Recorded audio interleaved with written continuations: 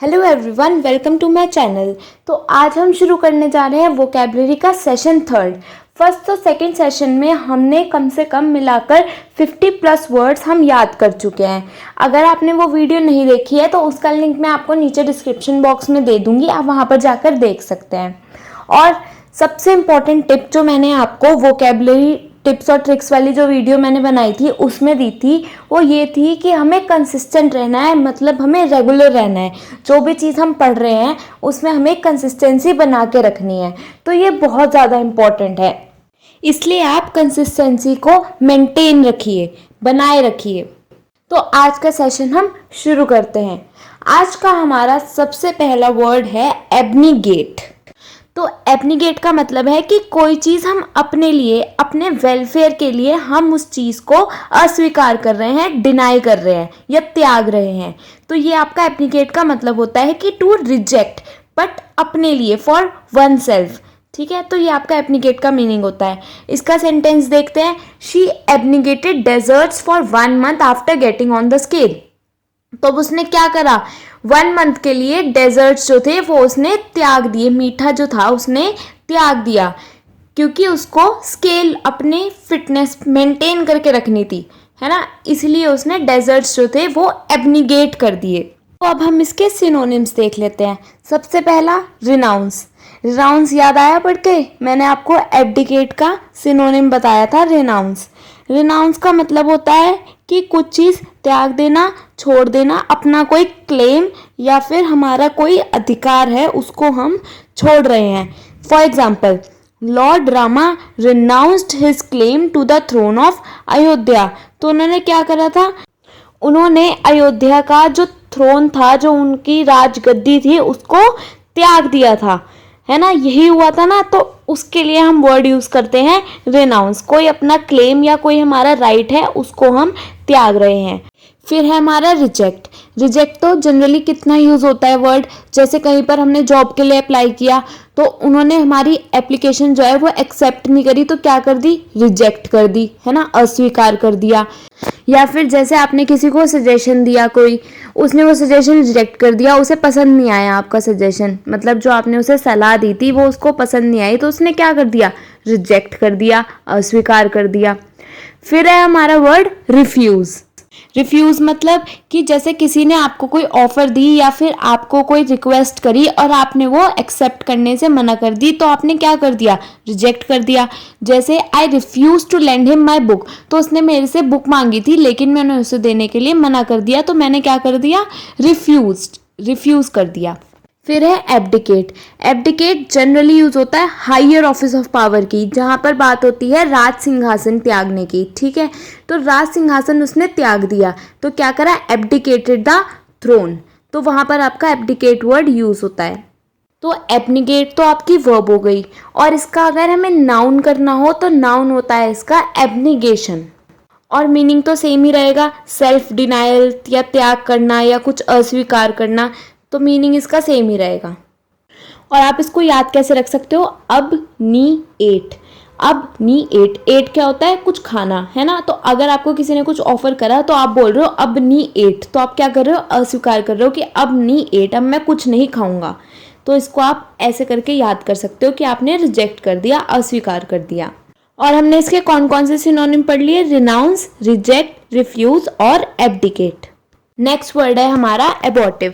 Abortive मतलब निष्फल होना, कुछ बेकार जाना, कि आपने किसी चीज़ में अपनी पूरी जान लगा दी, बहुत मेहनत करी, लेकिन उसका कोई फल नहीं निकला, वो फ्रूटलेस रहा, खाली चला गया, बेकार चला गया, तो वो हो गया आपका एबॉर्टिव। जैसे आप एग्ज़ाम के लिए इतनी प्रिपरेशन कर रहे हो, फिर अगर आपका एग्ज़ाम क्लियर नहीं होता तो क्या हो गया, वो एबॉर्टिव। जो आपने अटेम्प्ट दिया था एग्ज़ाम का वो एबॉर्टिव अटेम्प्ट हो गया, निष्फल हो गया, अनसक्सेसफुल हो गया, उसका कोई पॉजिटिव रिजल्ट नहीं निकला। ठीक है, तो ये होता है आपका एबॉर्टिव। एग्जाम्पल भी देखते हैं इसका। Mary and Al made an abortive effort to bake a birthday cake. तो उन्होंने केक बेक करने की कोशिश करी, ठीक है, एफर्ट करा, बट वो एफर्ट बेकार गया क्योंकि उनका केक बेक नहीं हुआ। तो वो एफर्ट कैसा हो गया, एबॉर्टिव एफर्ट। अब इसके सिनोनिम्स देख लेते हैं। पहला सिनोनिम है हमारा वेन। वेन मतलब भी यही हुआ कि व्यर्थ, बेकार जाना, अ वेन अटेम्प्ट, कि आपने कोई चीज़ में अटेम्प्ट करा पर वो बेकार गया, जिसका कोई रिजल्ट नहीं निकला, बेकार गया एकदम, तो वो हो गया आपका वेन। फिर है यूजलेस। तो यूजलेस तो अपने आप में ही वर्ड है कि जो चीज़ आपके काम में नहीं आई, जो चीज़ आपके इस्तेमाल में नहीं आई, यूज़ में नहीं आई, तो वो हो गई यूजलेस, वो हो गई बेकार।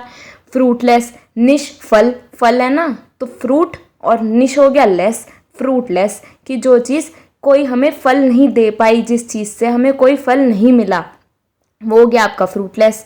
फिर हो गया अनप्रोडक्टिव।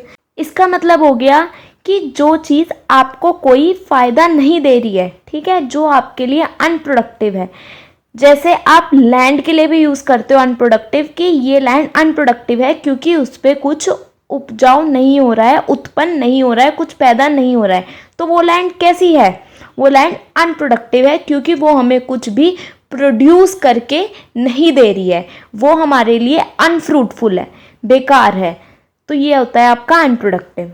अब एबॉर्टिव है, ये तो है आपका एडजेक्टिव।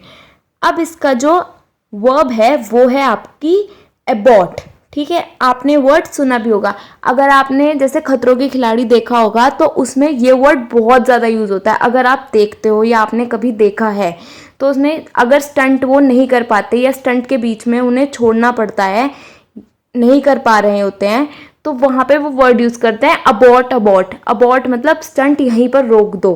तो क्या हुआ, वो स्टंट उनका फेल हो गया, अनसक्सेसफुल हो गया। ये मिशन के लिए भी यूज़ होता है कि कोई मिशन अगर बीच में रोक दिया गया, निष्फल हो गया, तो हम उसके लिए अबॉर्ट यूज़ करते हैं, अबॉर्ट द मिशन। जैसे कोई मिसाइल लॉन्च करी लेकिन वो अपनी पूरी उड़ान भरने से पहले, मतलब अपनी पूरी फ्लाइट लेने से पहले ही उसको रोक दिया गया, तो क्या कर दिया गया, अबॉर्ट कर दिया गया। Abort a missile shortly after launching, कि मिसाइल को लॉन्च करते ही तुरंत उसके बाद निरस्त कर दिया गया, अबॉर्ट कर दिया गया। और एबॉर्टिव का नाउन होता है एबॉर्शन। जैसे किसी अनबॉर्न चाइल्ड को अगर वूम में ही ख़त्म कर दिया जाए, गर्भ में ही मार दिया जाए, तो वो हो गया आपका एबॉर्शन, ठीक है। नेक्स्ट वर्ड है आपका एब्रिज। एब्रिज का मतलब होता है संक्षिप्त करना, कि जैसे आपने कोई भी राइटिंग करी है, कोई ऐसे लिखा है या कोई बुक लिखी है या फिर कोई लेटर लिखा है, तो जब हम उसको काट छाट के छोटा कर देते हैं, संक्षिप्त कर देते हैं, तो वो है हमारा abridge. To shorten a piece of writing, कोई पीस ऑफ राइटिंग को शॉर्ट कर देना, काट छाट के छोटा बना देना। अब इसका एग्जाम्पल देख लेते हैं। He abridged and edited the book before showing it to the publisher for approval. तो क्या करा, पब्लिशर को शो करने से पहले बुक का पार्ट जो है कुछ एब्रिज और एडिट कर दिया। इसका मतलब उसको कट शॉर्ट कर दिया, उसमें से छाट कर जो पार्ट इंपॉर्टेंट था वो रहने दिया और बाकी सब हटा दिया, तो एब्रिज कर दिया। अब इसके सिनोनिम्स देख लेते हैं। शॉर्टन, शॉर्टन में तो अपने आप ही शॉर्ट आ गया, तो शॉर्टन हो गया मतलब छोटा करना, संक्षिप्त करना। फिर आ गया आपका कर्टेल। कर्टेल का भी यही मीनिंग होता है कि किसी में से कुछ पार्ट कट ऑफ कर देना, ठीक है। For example, to curtail a speech, तो स्पीच को क्या करा हमने, छोटा कर दिया, क्योंकि जब हम स्पीच देते हैं तो वो हमें एकदम शॉर्ट एंड क्रिस्प देनी चाहिए, मतलब एकदम ऑन द पॉइंट होनी चाहिए आपकी स्पीच, है ना। तो इसीलिए यहाँ पर भी कर्टेल का यूज़ होगा कि हमने उसको छोटा कर दिया, एकदम ऑन द पॉइंट रहने दिया, ठीक है। और हो गया आपका कंडेंस। कंडेंस का मतलब भी होता है to reduce a book, speech या स्टेटमेंट टू शॉर्टर फॉर्म, मतलब किसी आपने बुक को, कोई स्पीच को या कोई स्टेटमेंट है उसको आपने संक्षिप्त कर दिया। For example, the unseen passage was condensed to 1/3 of its length, की मतलब जितनी उसकी लेंथ थी उसका 1/3 पार्ट रख लिया और बाकी कट कर दिया, तो ये हो गया आपका कंडेंस। फिर है हमारा ट्रिम। तो ट्रिम वर्ड तो आपने सुना होगा, हम अपने बालों की ट्रिमिंग कराते हैं ना, जिससे वो नीचे से बिल्कुल सही शेप में आ जाए, परफेक्ट शेप में आ जाए, तो उसको बोलते हैं ट्रिम। कि हम क्या करा रहे हैं, हम उसको शॉर्ट करा रहे हैं जिससे वो एकदम नीट दिखने लगे नीचे से।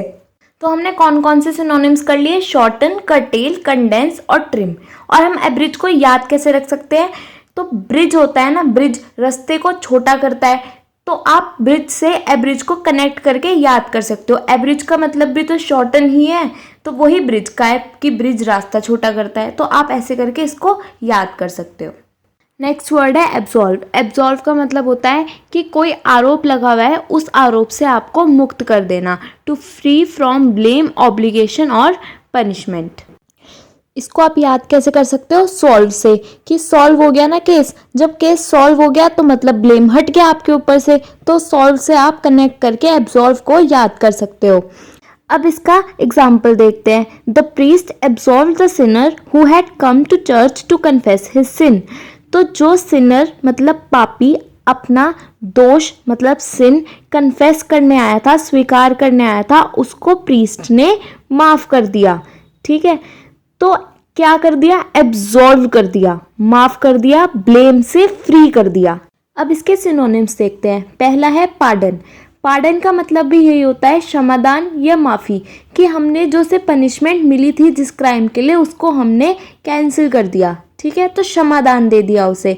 For example, he was granted a pardon after new evidence has proved his innocence, कि जो एविडेंस ने उसकी इनोसेंस को प्रूव कर दिया, उसके बाद उसको माफ़ कर दिया गया। He was granted a pardon. ठीक है, अब नेक्स्ट है इसका फॉरगिव। फॉरगिव तो होता ही माफ़ी है। ठीक है, उसको गिव कर दी क्या? माफ़ी, फॉरगिव। ठीक है, नेक्स्ट हो गया आपका रिप्रीव। इसका मतलब भी फ्री करना होता है, लेकिन टेम्पररी बेसिस पे, कि हमने उसकी पनिशमेंट कैंसिल नहीं करी है, हमने बस पोस्टपोन करी है। और ये स्पेशली यूज होता है डेथ सेंटेंस के लिए, मतलब जिसको फांसी की सजा होती है उसके लिए स्पेशली यूज होता है ये।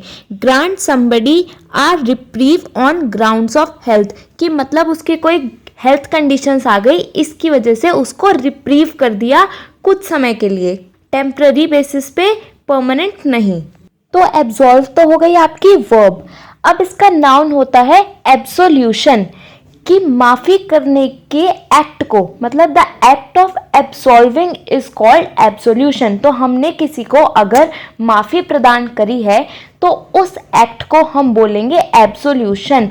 एब्सोल्यूशन फ्रॉम द सेंटेंस, सजा से मुक्ति। तो क्या क्या सिनोनिम्स पढ़ लिए हमने एब्सॉल्व के? पार्डन, फॉरगिव और रिप्रीव। तो हमारा आज का लास्ट वर्ड है एब्सोल्यूट। एब्सोल्यूट का मतलब होता है संपूर्ण रूप से, कंप्लीटली, बिल्कुल परफेक्ट। जो चीज़ परफेक्ट है आपकी, तो वो संपूर्ण ही तो है अपने आप में, वो अपने आप में कंप्लीट है। तो ये होता है आपका एब्सोल्यूट का मतलब। इसका एग्जाम्पल देखते हैं। We must know the absolute truth. तो जो ट्रुथ है वो मुझे एब्सोल्यूट मतलब कंप्लीटली पता होना चाहिए, जो भी सच्चाई है, तो इसीलिए यहाँ पर आएगा एब्सोल्यूट ट्रुथ। इसका एक और एग्जाम्पल देखते हैं। I am the absolute owner of this property, कि मैं इस प्रॉपर्टी का एब्सोल्यूट ओनर हूँ, मतलब मेरा कोई पार्टनर नहीं है, कंप्लीटली मैं ही इस प्रॉपर्टी का ओनर हूँ, एब्सोल्यूट ओनर हूँ। तो आप इसको याद कैसे रख सकते हो? क्या आ रहा है इसके बीच में? ऑल, है ना, एब्सोल्यूट, ऑल आ रहा है ना बीच में। ऑल का मतलब क्या होता है? सारा का सारा, कंप्लीट, टोटल। तो ऑल से कनेक्ट करके आप एब्सोल्यूट को याद रख सकते हो। अब इसके सिनोनिम्स देख लेते हैं। कंप्लीट, कंप्लीट का मतलब ही संपूर्ण होता है, पूरा, टोटल, है ना। परफेक्ट, तो जो चीज़ परफेक्ट है वो इसका मतलब कंप्लीट है। परफेक्ट हम इसीलिए तो यूज़ करते हैं कि जिस चीज़ में कोई भी कमी ना हो। तो जिस चीज़ में कमी नहीं है, इसका मतलब वो अपने आप में कंप्लीट है, परफेक्ट है ना। फिर आ गया अनडिवाइडेड। तो अनडिवाइडेड क्या? डिवाइडेड नहीं है, विभाजित नहीं है। तो जो चीज़ विभाजित नहीं है, इसका मतलब वो कंप्लीट है। और ऐसे ही हो गया आपका टोटल। और टोटल का मतलब तो होता ही कंप्लीट है, कि सब जोड़ के कंप्लीटली, है ना। तो ये हो गया आपके सिनोनिम्स, कंप्लीट, परफेक्ट, अनडिवाइडेड और टोटल। तो आज हमने कौन कौन से वर्ड्स पढ़े हैं? सबसे पहले हमने पढ़ा था एब्निगेट। एब्निगेट का मतलब हो गया टू रिजेक्ट, टू रिनाउंस, मतलब कोई चीज़ जो है हम अस्वीकार कर रहे हैं या त्याग रहे हैं। फिर हमने पढ़ा था एबॉर्टिव। एबॉर्टिव का मतलब हो गया अनसक्सेसफुल, कि जिसका कोई एंड रिजल्ट नहीं निकला, वो फ्रूटलेस रह गई, निष्फल रह गई। फिर हमने पढ़ा था एब्रिज। एब्रिज मतलब छोटा करना, कि हमने कोई राइटिंग करी है, जैसे कोई ऐसे लिखा है, उसको हमने काट छाट के छोटा कर दिया, जो ज़रूरी चीज़ थी वो रहने दी, बाकी सारी हटा दी। तो ये हो गया आपका एब्रिज। फिर हमने पढ़ा था एब्सॉल्व। एब्सॉल्व का मतलब हो गया फ्री फ्रॉम ब्लेम, कि कोई आरोप लगा हुआ है और उससे आपको अब छुटकारा मिल गया, तो वो हो गया आपका एब्सॉल्व। फिर लास्ट हमने पढ़ा है एब्सोल्यूट। एब्सोल्यूट का मतलब हो गया टोटल, जो चीज़ कंप्लीट है वो हो गया हमारा एब्सोल्यूट। तो आई होप आपको सारे वर्ड्स अच्छे से क्लियर हो गए होंगे, और अगर फिर भी आपकी कोई क्वेरी हो तो आप मुझे नीचे कमेंट सेक्शन में पूछ सकते हैं। And yes, don't forget to like, share and subscribe. Thank you for watching.